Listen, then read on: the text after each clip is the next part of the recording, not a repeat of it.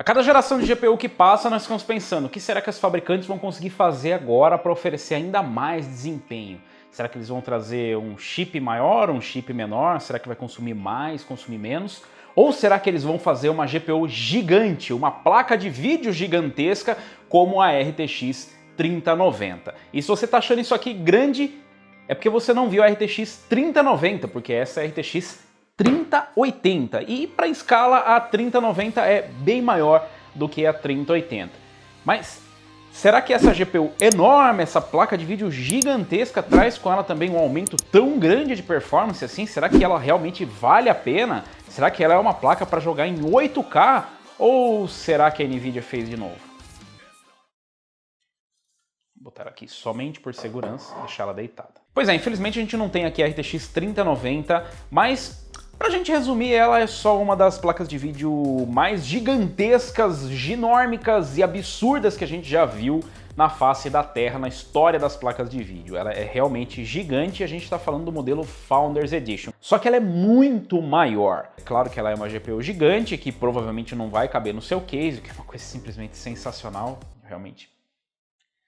Gostaria de não caber no meu case. O que vem na sua cabeça automaticamente é, provavelmente essa é a melhor GPU gamer que tem na linha da Nvidia, afinal ela é uma GeForce RTX 3090. Mais ou menos isso. Na verdade, a gente tem uma placa de vídeo que é cerca de 15% superior em games em 4K, em 2.5K. Isso cai um pouquinho porque o gargalo de CPU começa a aparecer e em 1080p a gente nem vai falar disso porque é ridículo. Afinal, essas placas de vídeo são pensadas para cargas de trabalho realmente absurdas e não para você jogar no mínimo em 1080p. Mas ainda falando de performance em games, a gente vê aqui uma RTX 3090 que é consistentemente, mais ou menos consistente, cerca de 15% acima da 3080. Essa média acaba diminuindo dependendo dos games que você testa. Se você comparar em determinados games que tiram proveito da arquitetura, isso pode ser uma diferença maior do que a da geração anterior, por exemplo.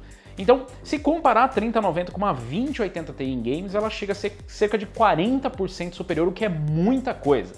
É bom lembrar que a gente está falando de uma GPU de $1.500 contra uma de $1.000. E aí você está falando, pera, mas a 3080 custa $1.000? Não. A 3080 custa $700. Quem custa $1.000, ou quem custava $1.000, é a 2080 Ti. Portanto, é um ganho razoável você pagar $500 a mais e ter 40% de performance a mais. Pois é, essas contas começam a ficar um pouco mais complicadas quando você começa a comparar justamente o preço. Novamente, a gente está falando de uma GPU gigantesca com 24 GB de memória GDDR6X, simplesmente a GPU mais poderosa disponível no mercado para quem tem muito dinheiro. Afinal, a gente está falando de uma diferença, novamente, na casa dos 15% para uma RTX 3080. Só que para isso você está pagando mais do que o dobro. Ou seja, você tem 10 ou 15% de ganho, mas paga 100% a mais por isso? Parece uma péssima relação de custo-benefício, a não ser que você vá... Eu sei o que vocês estão falando. Não, mas calma, mas isso aqui não é uma placa de vídeo, né? A 3090 não é uma placa de vídeo para 4K, é uma placa de vídeo para 8K, exatamente, é isso que a gente viu. Afinal, a gente viu propagandas de alguns dos maiores canais do mundo da tecnologia falando sobre quão incrível é a RTX 3090 rodando em 8K 60 FPS. Certamente eu tô deixando isso de fora do review, afinal, que vacilada, né? A gente só pegou aí alguns dos maiores reviewers do mundo para falar que realmente não tem um desempenho decente em 8K. Claro, é possível rodar, por exemplo, Doom em 8K 60 FPS ou alguns games com DLSS, mas essa escala é feita de uma forma completamente diferente. A gente não está renderizando simplesmente em 4K e fazendo um upscaling para 8. Não, a gente está fazendo um render em 1440p para 8K. Então, a correlação é bem diferente do que a gente tem num DLSS, por exemplo, em 4K. Quando, dependendo da opção, você vai renderizar, na pior das hipóteses, em 2.5K para 4K. E esse upscaling é muito bom e realmente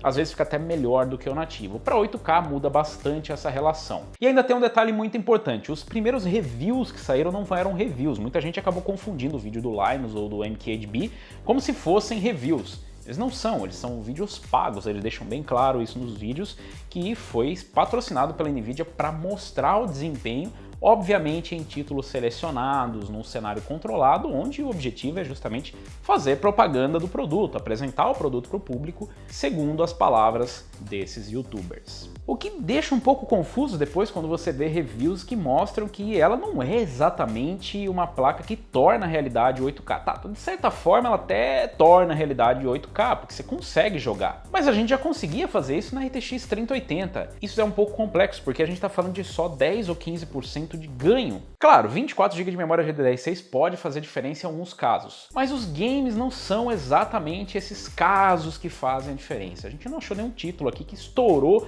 de forma, vamos dizer assim, realista os 10 GB de memória da RTX 3080. Afinal, a gente só conseguiu fazer isso utilizando filtros que não fazem nenhum sentido numa resolução 8K. Obviamente que a gente entra em outro problema, que são os monitores 8K, que custam aí na casa de uns 20 a 25 mil reais, o que é até razoável se a gente pensar que a RTX 3080 aqui no Brasil chega custando por volta de 12 a 15 mil reais. Ou seja, essa relação de custo-benefício aqui no Brasil fica ainda mais esquisita do que nos Estados Unidos. Ou seja, a gente tem aqui uma placa muito mais cara. A gente tem que levar em consideração, é verdade, que se a gente pegar uma RTX 2080 Ti que chegou a custar aí por volta de 10 a 11 mil reais, a diferença de preço não é tão grande, na verdade. Afinal, você vai ganhar 40% mais de desempenho, em média. Mas você tem uma 3080 que faz muito mais sentido, custando ali metade do quase do que custava uma 2080 Ti, trazendo muito mais desempenho. Isso nos leva àquela questão, então para que serve a RTX 3090? Para que ela foi lançada? Bom, isso já estava meio claro quando foi lançada a placa, a gente já vinha comentando isso há algum tempo, que a diferença de hardware existente da 3080 para a 3090 não é suficiente para trazer uma grande diferença em games. Isso parecia muito óbvio, até porque ela não é uma placa para games.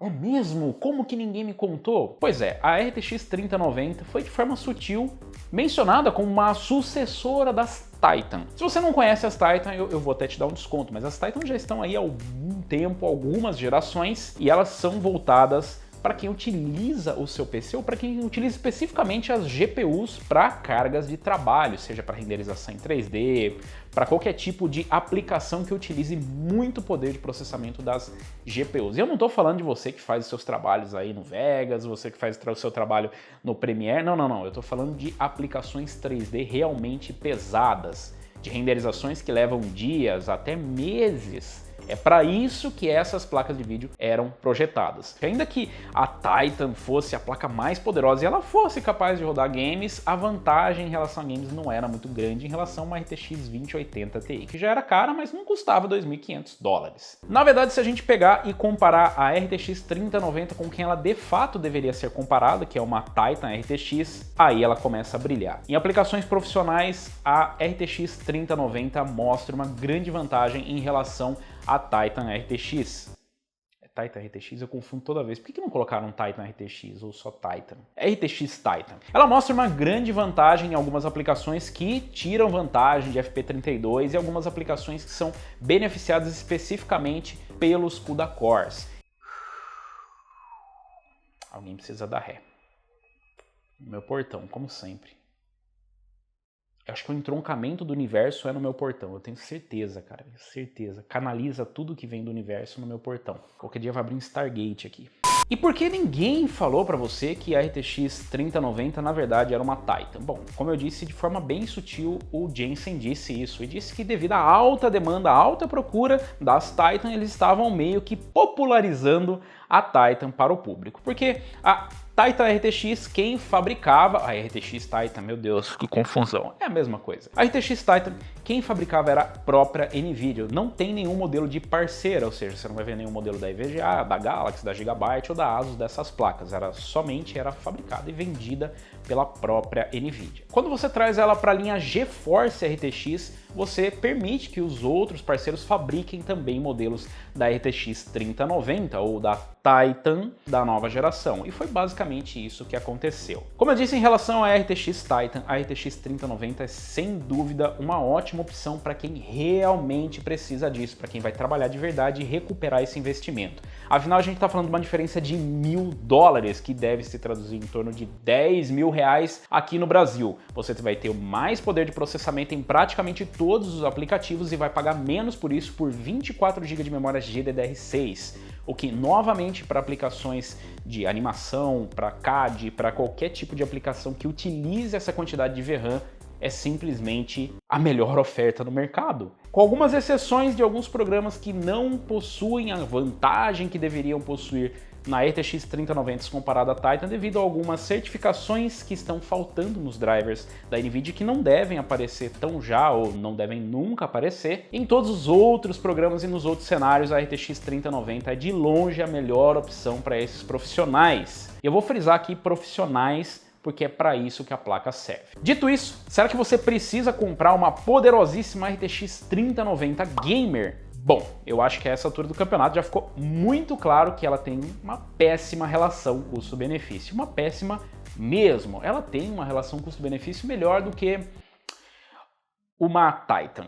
E talvez uma relação custo-benefício até melhor do que uma 2080 Ti. Mas a 2080 Ti e seu preço absurdo já foram tirados da mesa. Nós temos agora uma RTX 3080. Mas por que fica essa sensação de que, na verdade, a placa não é nem um pouco boa, que ela tem um péssimo custo-benefício e que ela foi lançada assim meio que para tapar um buraco ou para fazer marketing? Come here, Papa. Alrighty. E de novo, a culpa é da NVIDIA. Exatamente, a culpa é da NVIDIA, que fez mais um trabalho de marketing que lembra muito uma outra empresa que eu não consigo, sim, a AMD. Lembra bastante, eu já falei isso no lançamento da RTX 3080, que a NVIDIA tem usado estratégias muito estranhas de marketing, e eu diria que desnecessárias. Não faz sentido você vender a placa como gamer. A gente tá vendo, fica bem evidente que ela não é um custo-benefício para gamer, que 8K não é uma realidade ainda, e que se você quiser tornar realidade, ainda dá para fazer isso numa RTX 3080 com uma pequena diferença. Em ambas a experiência vai ser duvidosa. Nós fizemos os testes aqui, mas muita gente não entendeu que isso é um meme por enquanto. Não tem a possibilidade de você comprar uma TV ou mesmo um monitor que seja acessível a ponto de você falar 8K é uma realidade. É possível, assim como outras coisas são possíveis, mas ser possível e ser viável são duas coisas completamente diferentes. Então, mais uma vez, o marketing da NVIDIA deu um tiro no próprio pé. O lançamento da RTX 3090 depois do lançamento da RTX 3080 ofusca o bom lançamento da RTX 3080. O bom produto que a 3080 é e ofusca o próprio bom produto que a RTX 3090 é. Se você colocar a RTX 3090 exatamente onde ela deve estar, posicionada para o público que ela está, ela é simplesmente a melhor opção. Foi um bom lançamento, um ótimo lançamento, é um produto simplesmente sensacional para essas pessoas. Agora, se você posiciona ela para o público gamer, ela parece o que ela exatamente é. Um péssimo custo-benefício, uma placa somente para quem pode ostentar ou para quem pode ter isso simplesmente por hobby, para quem vai ser um overclocker que quer disputar ranking, para quem quer montar um super, hiper, mega PC com a melhor placa disponível e tem muito dinheiro para jogar na mesa. Não tem nada de errado com nenhum dos cenários, o que deixa essa sensação amarga é justamente uma má colocação do marketing novamente. Uma vez que você fala que sua placa é profissional, não faz sentido você chamar os maiores youtubers para mostrar a placa rodando games em 8K. Você passa uma mensagem diferente, NVIDIA. Não é isso que você queria dizer para o público, mas foi isso que você literalmente pagou para mostrar. Não é uma placa para você jogar em 1080p estourando FPS, é uma placa que custa mais de R$12.000. Então sim, a RTX 3090 é um bom produto, é sim a melhor opção que existe para esse público específico para ela. O lançamento não foi tão bom quanto o produto, mas a gente espera que no próximo lançamento na RTX 3070 a NVIDIA finalmente acerte essas arestas e que a gente tenha uma apresentação de acordo com o público que agora sim gamer. Alguém poderia comentar que hora que ele colocou essa placa em pé de novo? Mas eu quero saber de vocês, o que vocês acharam do lançamento da RTX 3090? Você também teria coragem de cortar qualquer pedaço do seu case só para ter essa maravilhosa peça de engenharia dentro do seu case? Você vai comprar uma 3090? Vocês ficaram surpresos com o desempenho? Vocês já esperavam isso? Deixa aí nos comentários, eu quero saber se tem algum profissional que realmente faz uso de uma Titan da vida ou mesmo uma 3090. Deixa um pouquinho aí do seu relato e diga como é trabalhar com essas placas. Se você gostou, se você curtiu esse vídeo, deixa um like. Se você ainda não é inscrito do canal, inscreva-se no canal, clica no sininho para receber as notificações de novos vídeos. E nós nos vemos por aqui.